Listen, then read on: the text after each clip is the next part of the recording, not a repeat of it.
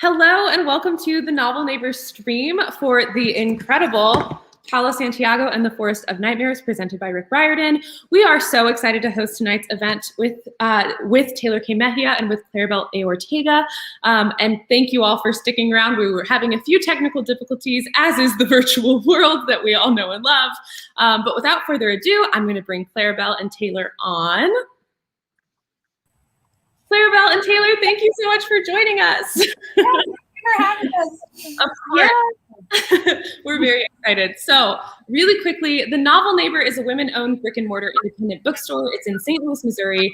We pride ourselves on being more than just a bookstore. We are a community space. We carry local artists, and we host events just like this one. So we are so excited to have Claribel A. Ortega today. Introducing and in conversation with Tehlor Kay Mejia. Claribel is a former reporter who writes middle grade and young adult fantasy inspired by their Dominican heritage. When they're not busy turning their obsession with 80s pop culture, magic, and video games into books, they're co-hosting their podcast, Celebrity Book Club. Claribel's debut middle grade novel, Ghost Squad, is out now from Scholastic and is being made into a feature film. Congrats, Claribel. So awesome. And Tehlor Kay Mejia is the author of the critically acclaimed young adult fantasy duology, We Set the Dark on Fire and We Unleash the Merciless Storm. Her first middle grade series, Paola Santiago, Why We Are All Here, is brought to you by Rick Riordan Presents. Tehlor lives in Oregon, where she grows heirloom corn and continues her quest to perfect the perfect vegan tamale. Very, very excited. This is Claribel's middle grade right now, Ghost Squad, and here's Paola Santiago. We are so excited for this conversation, y'all. Thank you. Thank you. We're excited too. I'm going to let you all have the stage. Just so everybody knows, we'll be doing an audience Q&A at the end. Please feel free to ask any questions that you have in the comment section, and we will be answering them later. Awesome. Bye, guys. Thanks, Cassie. Taylor. Oh, hi. It is so weird because I feel like we haven't talked or seen each other in so long, and the first time we do, it's at an event. I know, it's like in public. Hello, here we are. Hello, you guys are just here for our FaceTime. I know, I was excited. Right. Like, so, any ghosts haunt your computer and prevent you from getting on to do your events lately? Because I think that's what just happened to us. Yeah, pretty much. That's what we get for putting scary things in our books. It is. Yeah, they have to get back at us somehow, and this was it. So I'm really excited about Paola Santiago and the Forest of Nightmares. I think I've told you this before, but my name was supposed to be Paola.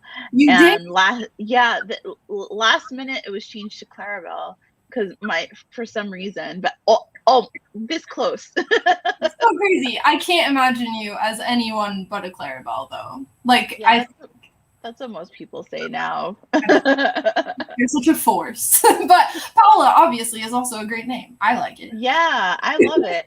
What's been sort of different for you in terms of, because obviously you have YA series, but what's been different for you in writing a middle grade series? Like middle grade in general, but then also a series. Yeah, I think middle grade is so fun. Like, it's, like, more fun. I feel like my YA books are so, like, angsty and tortured that it's, like, fun to do adventures and ghosts, and, like, 12-year-olds take themselves less seriously than 17-year-olds, so we can kind of, like, mess around a little more. I feel like there's that, like, open pathway to still, like, pretend and, like, childhood and, like, doing cool, fun things, and you're not yet to the point where you're like, ugh, I'm so over everything. So it's, like, I think it's more fun. I don't know. Do you love writing middle grade? Like, I don't know. How do you feel about it? I do. I always talk about the fact that middle grade is, the voice comes more naturally to me, middle grade voice. And it feels, I guess it depends on the kind of middle grade that you write, because there's a lot of middle grade that's very heavy, but for the kind we write, even though there are like issues in them, like overall, I feel like they're really heartwarming stories too, about like family, friendship. So I always describe it as like sort of taking a warm bubble bath. Like that's what writing middle grade feels like to me. It's like a comfort and it's an escape, honestly, because like it's been a time. The time of all times. Yeah, and I felt like because I've been working on my next book, Witchlings, pretty much throughout this whole time. And everyone's like, oh, it's been really hard to create. And I understand that. There's been moments where it's been hard, but for me, it was almost like an escape from everything and like a comfort in really tough times. And I feel like that's what middle grade is for readers also. I love that and 100% agree.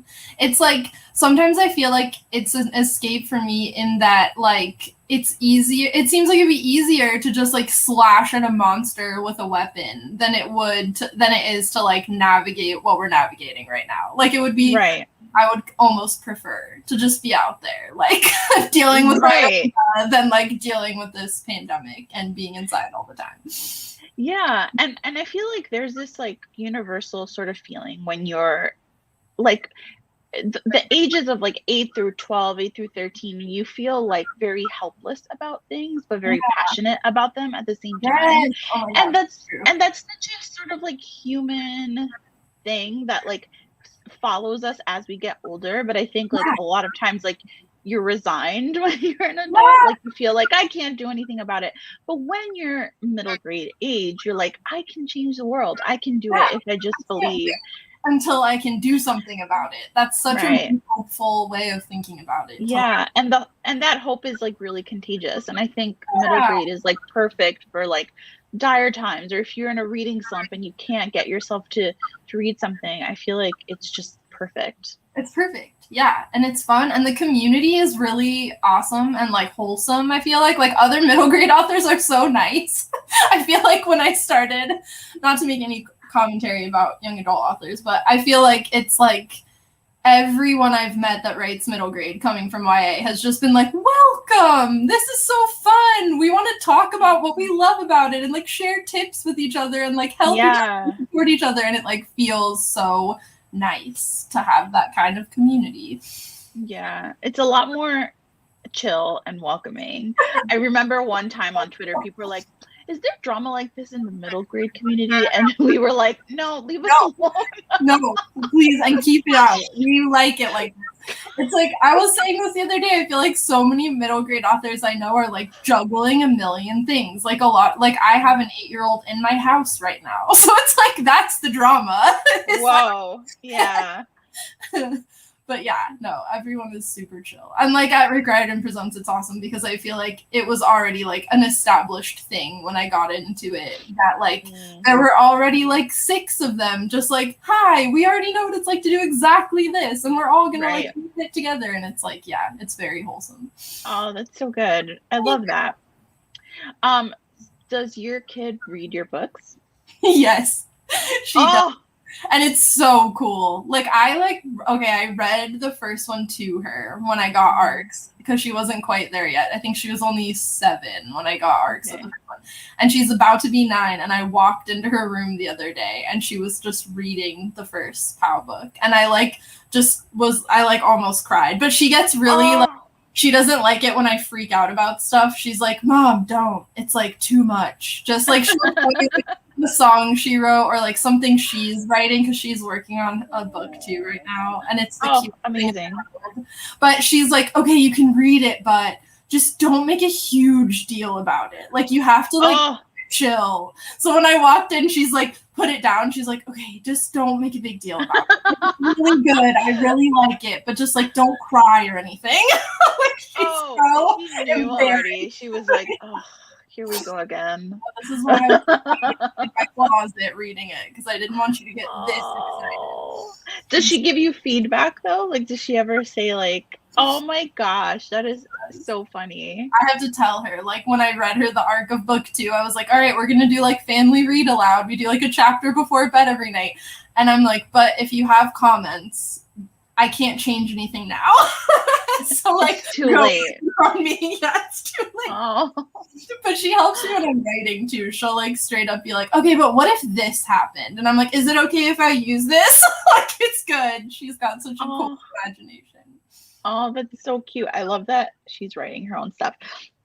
So in Forest of Nightmares, a lot of things have changed. Obviously, we don't want to spoil anything for people who haven't read it, but there is some like friendship issues going on.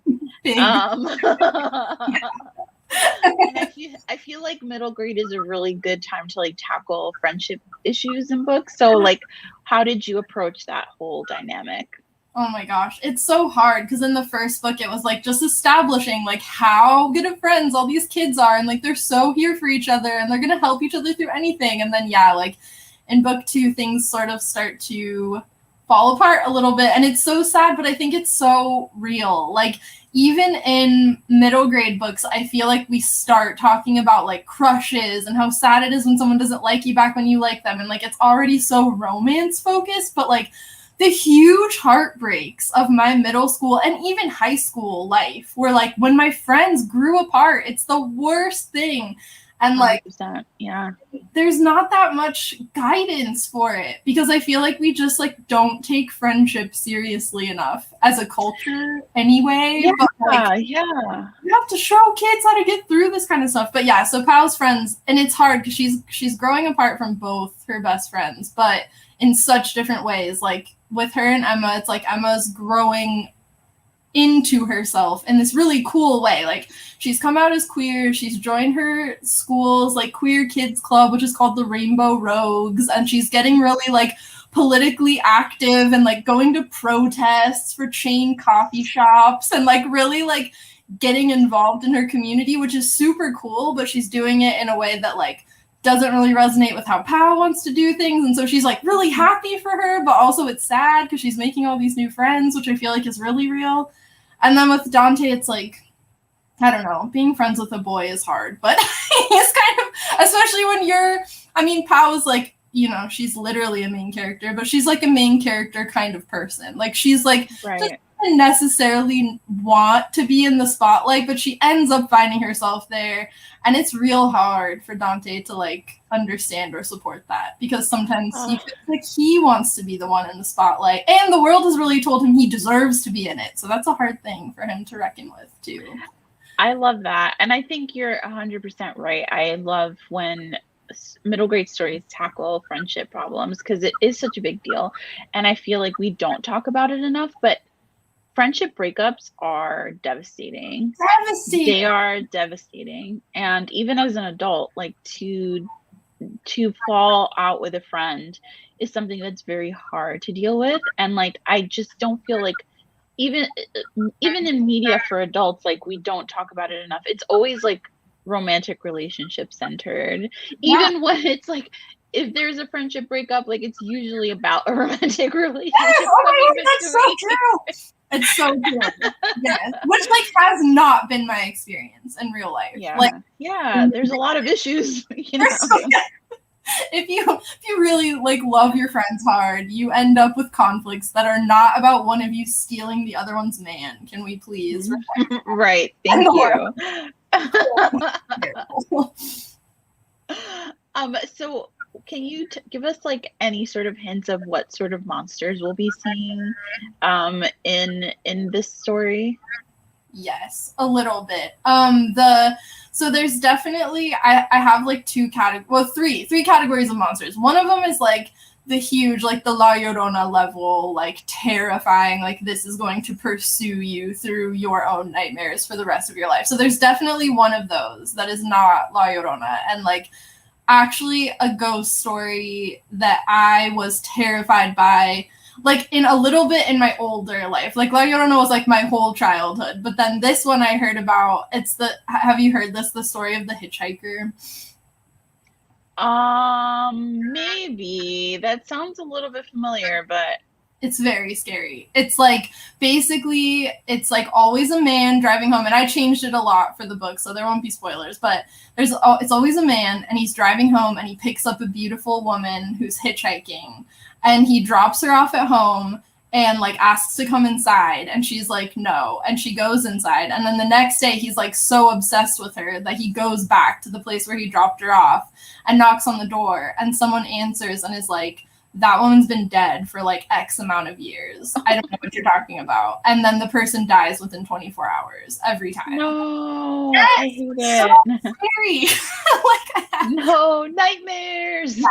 And I had friends, like at this age, I had friends who were like hitchhiking and like doing questionable things. And so I was like, no, this is too real. Like, I was like, I mean, justifiably terrified of picking up Hitchhikers because real things can go wrong, but that story like lives in my brain.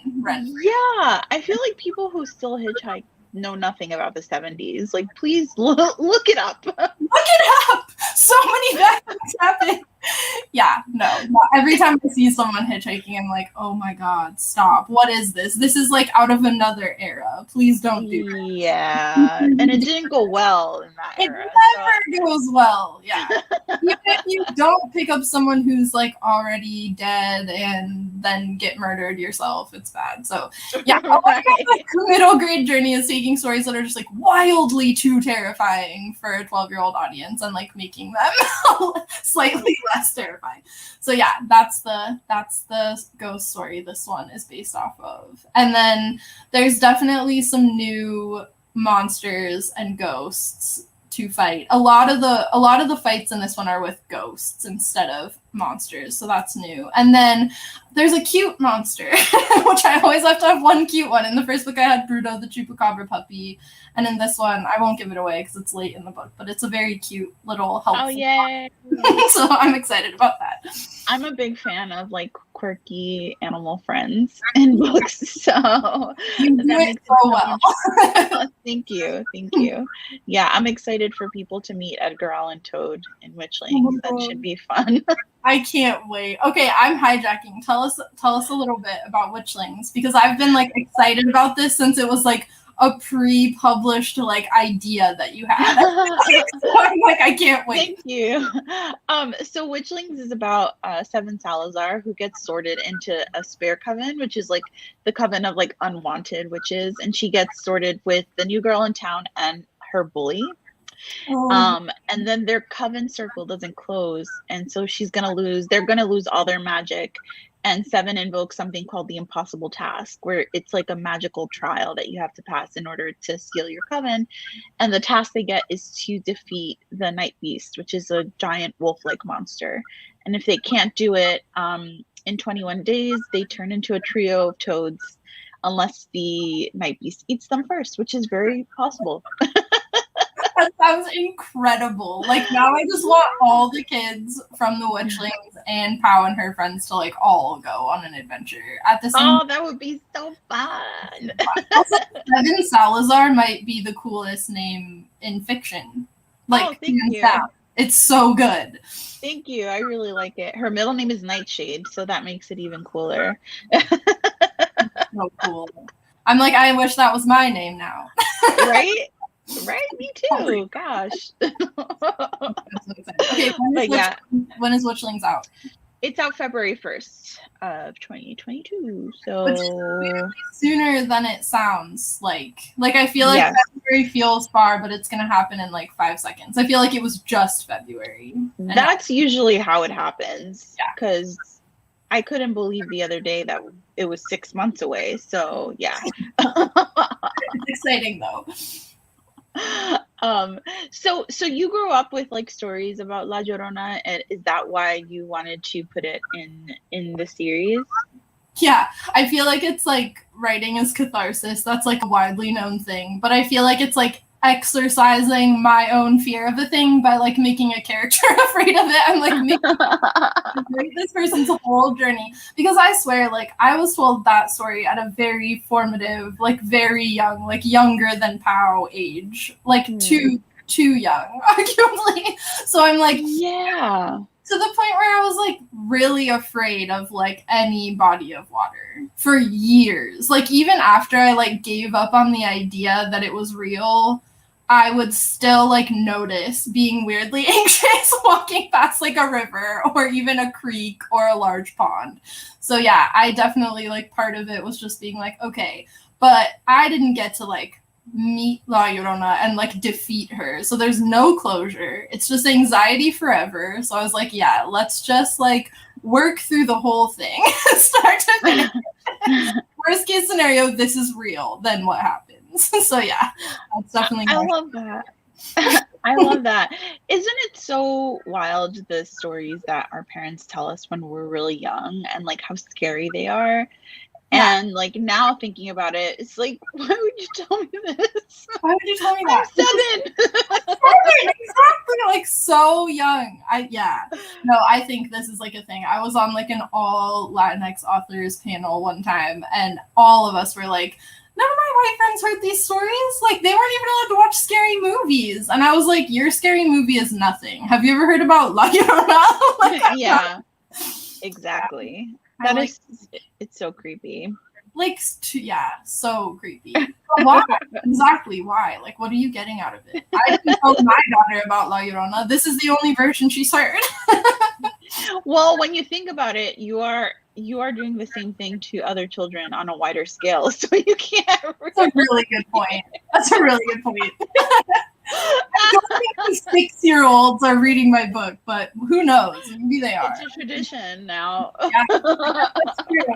I took it and really ran with it. Like, okay, Grandma, you wanted to tell me and my 4 cousins the story. I'll one-up you and tell it to middle grade readers across the world. How was your process different for book 1 versus book 2? Yeah. Book 2 was the pandemic. Like you were saying, like working on it all the way through. It was the first of 3 novels that I've now written since March of last year, which is insane. A lot. That's a lot. It's too many. But they were all contracted before, so it was just like, all right, keep going.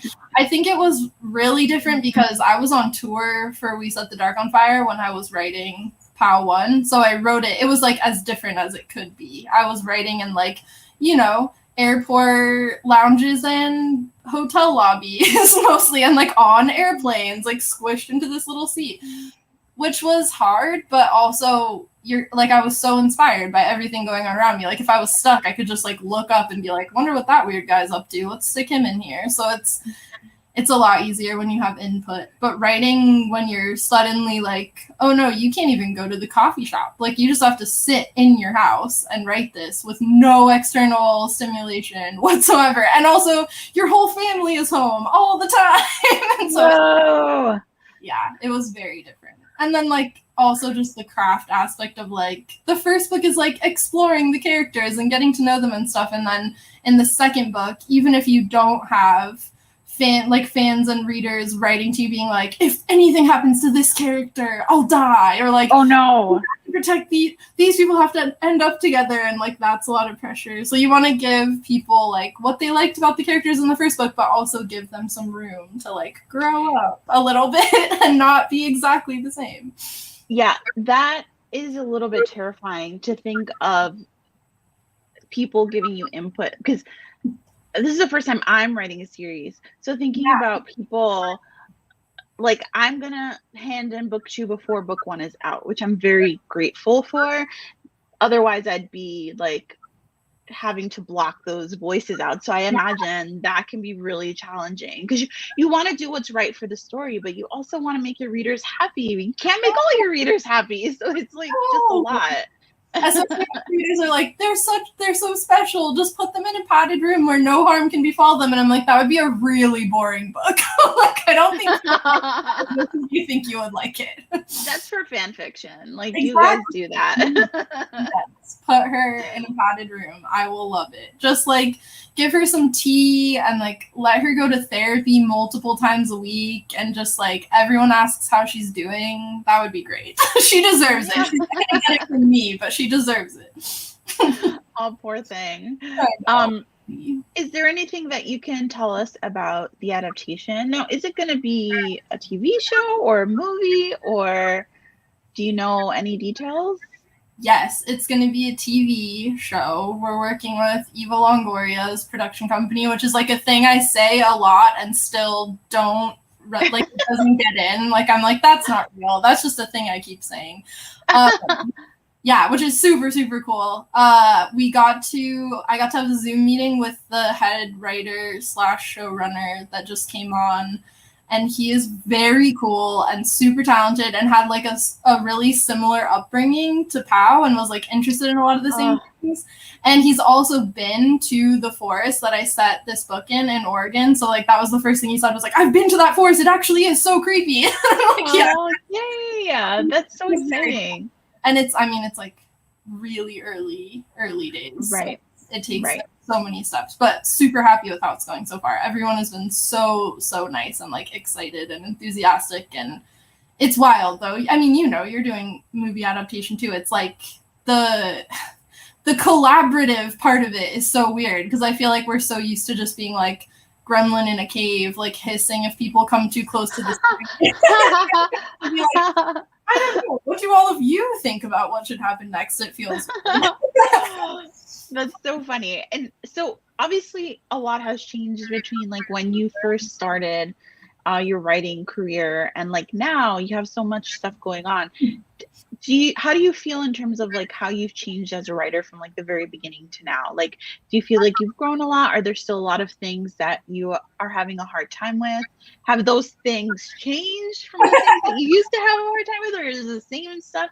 I'm curious about the craft aspect of the it. journey. Yeah, no, it has been. It's been I've been super lucky to work on like a bunch of different kinds of projects. So like, yeah, I do have like, I think it's new things. Like there are some things I'll always struggle with, I think, but like mostly just writing action scenes and like remembering where everyone's hands and weapons are. I will never get better at that. Like it's so hard.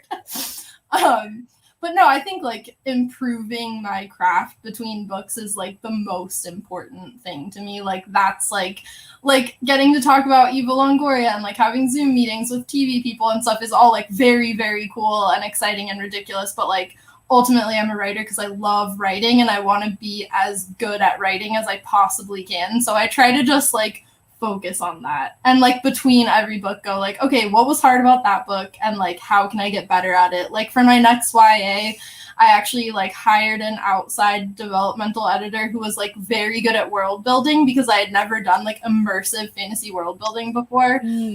So I got to work with her and it was really cool. Like there were so many things that I like learned that I had no idea about with world building, just like questions she was asking me to dive into that I never would have otherwise. Like, why does this country have money? How much money do they have compared to the country next to them? What kind of things do they trade with other countries? Like, where do they get their food? Do they grow grain here or do they have to import it from somewhere? And how does that, it's just like, there's so much little stuff that you don't think about that ultimately ends up being so cool to know while you're writing the story. Even if it doesn't get in, it just like enriches your whole thing. So yeah, I'm on a big world building kick right now.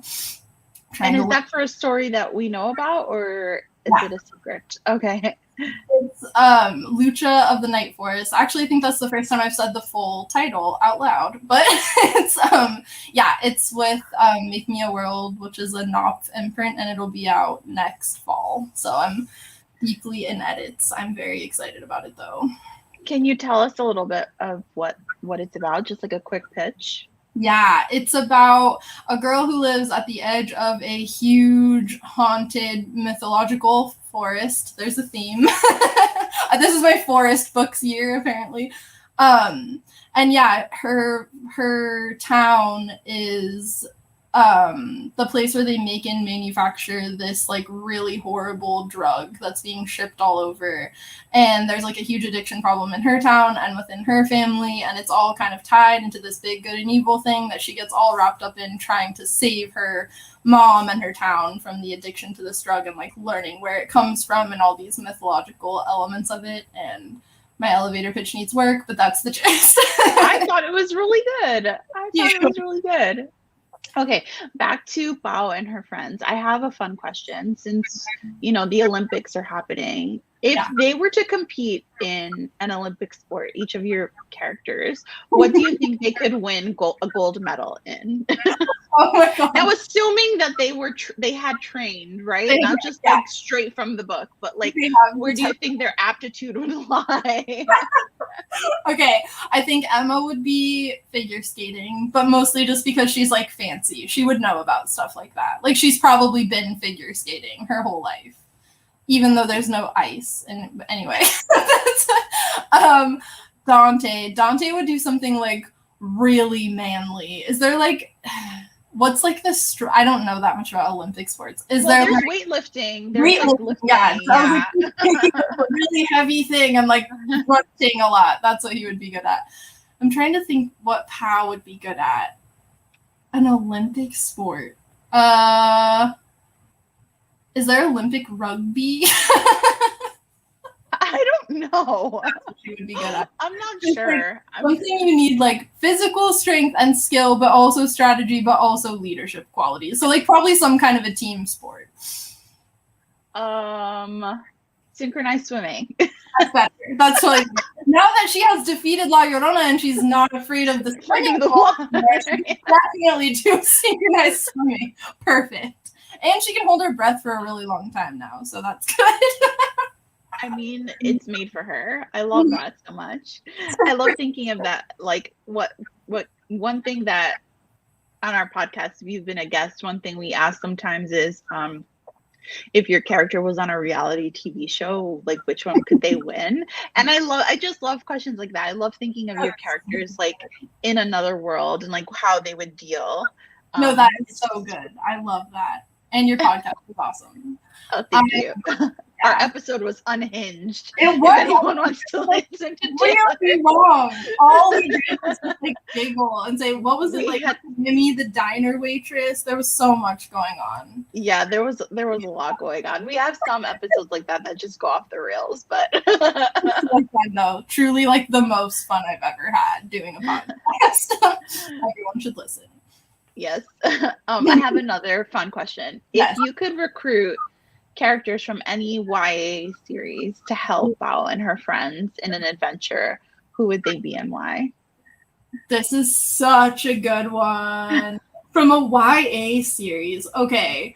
I feel like I have to go with like Laya and Elias from Ember in the Ashes because they're they would get to Pow's world and just be like, this is nothing. This is like we do worse things than this before lunch every day. Like your big boss fight is just like a dust up. We're over this. They would be so like nonplussed. Like you think you have a bad mom? Like it would be that would be good. I feel like Pao would like them. She would enjoy having someone older to like be the boss of things. I feel like she always gets thrust in this leadership role and everyone's like, so what do we do now? She has no idea. But I think all of those characters, she's little. She's much too little. And yet you put her through so much. Here she is in a haunted, miserable forest being stalked by some creepy thing, as always. I love your cover so much, and especially like the purple tones in this one just make me really happy. It's really, really beautiful. Vanessa Morales is the author. No, I'm the author. She's the illustrator of the cover, and she is so incredible. Like this was the first time. Well, the first book was the first time I had like my character's face on a book cover before, and I was super nervous. I was like, what if she looks totally different than she looks in my head? We're gonna have to have a whole fight about it. And then they sent me the first sketch, and I was like, that's it. It's perfect. Oh, yay. Put her on the cover. It was perfect. Oh, yay. I'm so glad. Covers can be scary, right? A lot of people don't realize that authors sometimes don't get any say or very little say in their covers. So it can be really scary going into like a new book situation, not knowing like what's going to happen. I'm like about to go into that with my next YA right now. Like we just found an artist, but I have no idea what it's gonna look like. And so I'm just like, it's so nerve-wracking. Because you want it to like have the same vibe as the book. Like you want people to pick it up and go, yeah, that makes sense. Like I'm glad. And it's so hard. But also I'm not a visual artist of any kind. So it just seems really magical to me. I'm like, how did you do it? It's so cool.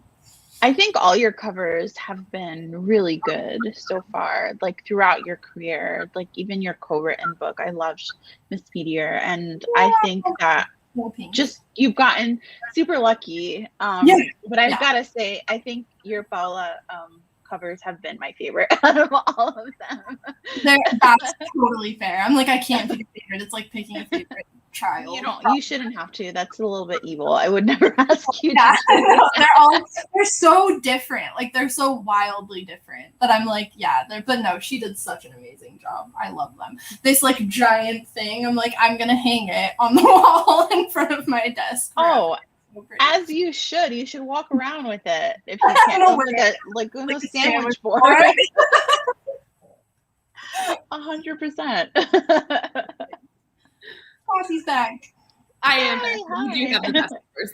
They're both gorgeous. And The cover is so good too, Clarabelle here, and the Witchlings cover, like, so. I mean, I like the Witchlings cover better than almost any middle grade cover I've ever seen. It's so cute. Yeah, I was very happy. Lizzie Marlin is the illustrator of Witchlings cover, and Lorena Alvarez did Ghost Squad. When I saw the Witchlings sketch, I screamed, and it was just the sketch. It was just the sketch. No. And I was like, this is incredible. So yeah, thank you. I'm also obsessed with it. Rightfully so. I just have a few audience questions. More folks are tuning in. And we'll go through those. First of all, Tehlor, is Paola going to be made into a TV show or a movie? Yes, we were talking about it a little bit. There's a TV show in production, or not in production. It's in like development. We're working on it. I forget, like, words have meanings in TV. You can't say production unless you mean it. But yes, we're working with Evil Longoria's production company and early stages, but very excited. Love that. And then for folks who purchased it last week, read it already, what is next for Paola in book 3? Do you have any hints? First of all, thank you. You are very fast readers. I appreciate that. So fast. What is next? I'm like, I couldn't have read it that fast. When they're not to be. That's amazing. So next, I'm like, I can't do much without really, really spoiling it. But I would say truly the most horrifying villain I've ever written. Like, I scared myself a little bit. So it's a big one. And then also some new characters, lots of new monsters, probably like the largest scope of adventure she's ever been on. So there's some world saving vibes in that one. I think that's as far as I can go, but like, it's very scary. No, I'm sure. So Tehlor, but also for Clarabelle, could you talk about how you guys both so effectively normalize the experience of kids who are intersectionally marginalized? The question specifically was about the dynamics with Pao and Dante and Emma and the police, but as a whole, can you talk a little bit about that experience? Yeah, I think, obviously we write books about kids going on adventures and hunting ghosts and all that stuff, but, if you are from a marginalized community, especially if you have a visible marginalization, you don't get to take a break from the real world, even to fight ghosts. And a lot of the things that I think scary stories and high stakes adventure stories prepare kids for is like the fact that you are going to have to stick up for yourself with some pretty monstrous characters probably at some point in your life, and feels like it's doing a disservice to like readers who deal with that stuff every day to not show that that's like an important part of reality, and that they're equal to it in the same way that they would be equal to fighting a ghost. So yeah, I think it's important. The dynamic between the three of them is really kind of on this privilege access. So like Dante, definitely the least privileged of the bunch. He's got the darkest skin. He's the one who gets hassled by the police. He gets treated like he's like a grown man and a criminal when he's a 12-year-old boy, which is unfortunately a very real circumstance. And then Emma on the whole other side is from the nice side of town. Her family's white. She's very wealthy. And I think the biggest thing that I wanted to do in book 2, because she was largely absent in book 1, was kind of show like how she needed to step into and acknowledge her privilege and like all the things she can do with it to help her less privileged community members. So like she doesn't always get it right, but she's definitely trying so hard to be a good ally all the time and learning a lot about what that means. And I really wanted to show that like, even if you don't identify with the more marginalized characters in the books, like there's something for you too, because we need all the allies we can get.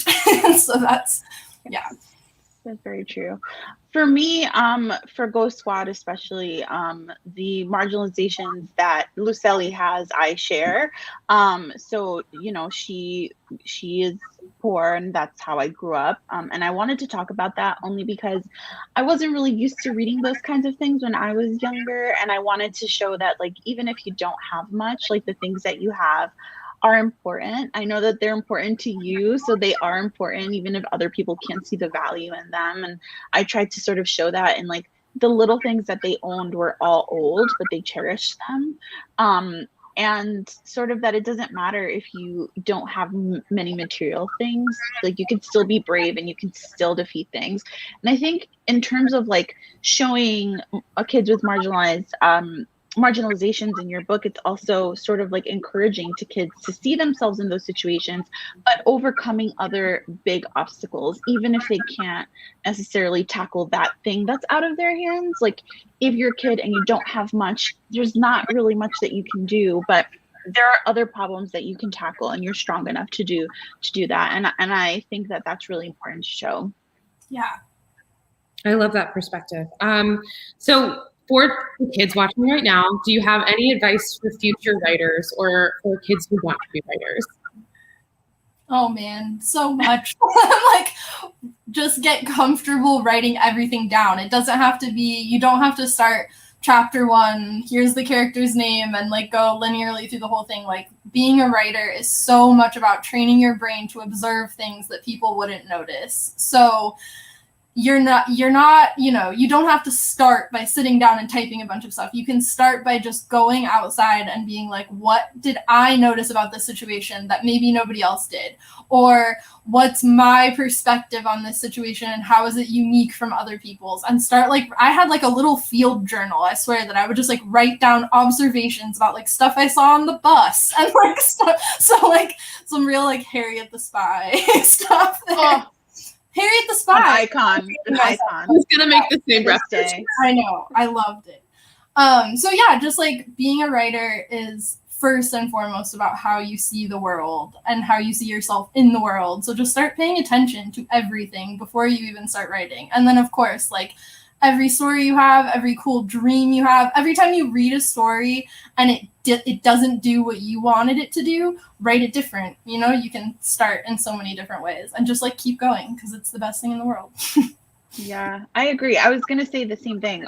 Definitely read a lot. Like, one of the best ways to become a good writer is to read a lot of books and know what goes into good writing, but also write fan fiction. If you want to see Paola, you know, happy at Disney World with her friends instead of fighting monsters, then you can write that story and make it happen for yourself. And that is so exciting to me. Yes, totally. Fan fiction.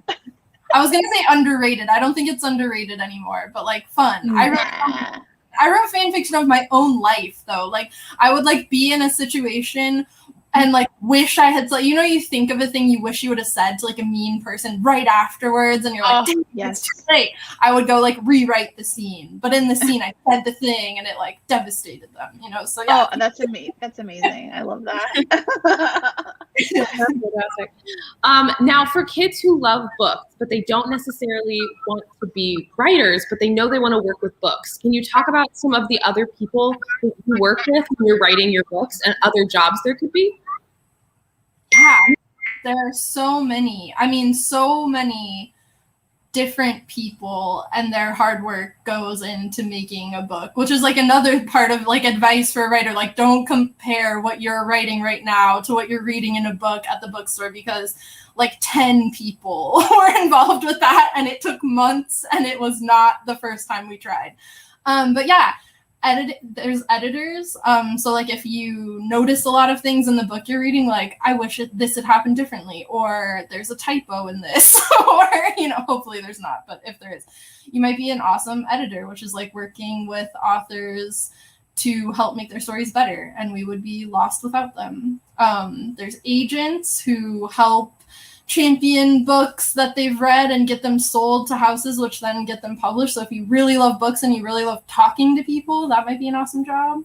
We're already talking about illustrators, cover designers. So if you're not into writing but you love drawing, there's tons of stuff for that.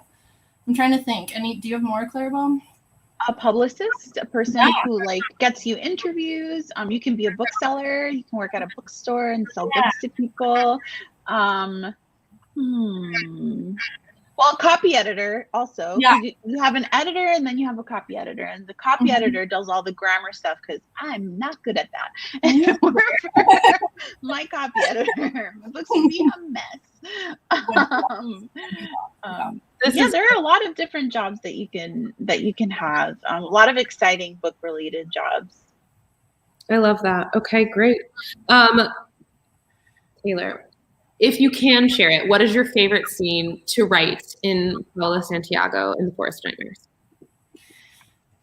I just said that I'm terrible at keeping track of everyone in action scenes, but I feel like the big last battle is always my favorite scene in every book. It's like you have all these little things that prepare you for it, but then, like, I can't give too much away, but there is like a big fight at the end, obviously, and there's like Pow's involved, and another snarky character from book 1 that we didn't get to see much of is with her, but then they reunite with a bunch of characters that haven't been around so far in the book, and they're all like working together, and they all have different skills, and it's very hard to keep track of everyone's hands and weapons, but I had a blast like getting them through that fight. Okay, that's good.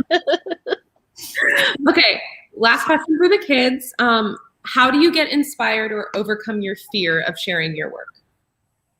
Ooh, that's a good one. Do you? Clarabelle, do you ever have you ever gotten your fear of sharing your work? So I am lucky in that before I became an author, I was a reporter. So when you're a reporter, you get a very thick skin because you're used to people saying no to interviews, and there's a lot of like instant feedback like every week to the things that you write. So I'm not so much afraid of sharing as I am to like hear what comes after. When I'm sharing, I'm like super bold about it. I'm like, yeah, this is great, because I've only really been working with people who already love my writing. But when I put it out into the world on like a bigger scale, and like it's time for people to tell me I loved the book or I didn't, then that gets a little bit scary. But I think the thing to remember is, even if not everybody loves your writing, because not everybody will, there will be people that love what you write, and those are the people that you're writing for. So it can be hard sometimes to think like, oh, someone's not gonna like this, but think of something that you don't like that a lot of other people like. There's always something like that, right? So it's okay for someone to say this is not for me. That doesn't mean it's not good. It will find its audience. So those are the people that you should focus on when you're thinking about sharing your work. Yeah, that's so true. And also being a reporter sounds very scary. I think my biggest advice is like being nervous about something isn't necessarily bad. It just means that you really care about it. So like if you feel super nervous, like if I drew a stick figure right now, I could show it to you guys no problem, because I don't care if you like it or not. You know, like I'm not an artist. It doesn't matter. But writing something is so personal to me, and it's something I care about so much. So I feel like when feelings like that come up, all they really mean is that you care a lot about the thing you're doing, which is good no matter what. Even if, like Clarabelle said, it isn't for that particular person, it's so important that you feel passionate and excited about it. And like, that's what all those nervous feelings are telling you. So just like, go for it. Agreed. Totally. Those are some fantastic answers. And I know there are some nervous kids watching, very thankful for your answer. I was also that kid. Me too. Okay. To help us wrap up, we always do some fun novel neighbor rapid fire questions that are just, they're for both of you. Have fun with them, no pressure. The first one, what is your personal favorite season of the year?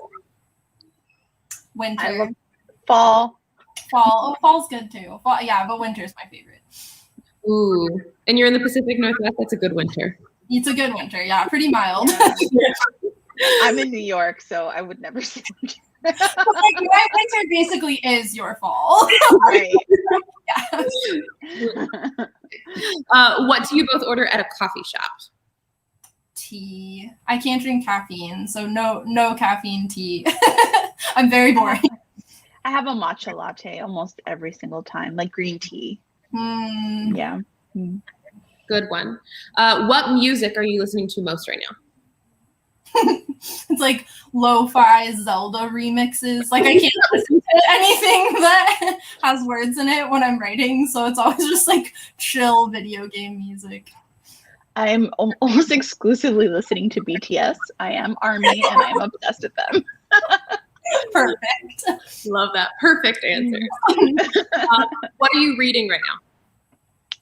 Oh my gosh, I'm reading this book called The Rise of Wolf8, which is a nonfiction book about this wolf pack that was reintroduced to the Yellowstone National Park in the 90s, and it was supposed to be research, and it was supposed to just be this like naturalist guy who made like all these observations about the wolves he was observing, and like it's really dry, but the wolves are like so interesting that it's turned into like this whole soap opera. Like these wolves raise this other wolf who then leaves to go become the alpha of their enemy pack, and like years later down the line the two alphas like meet and they have to fight, and it's unbelievable. I mean, wolves are so cool.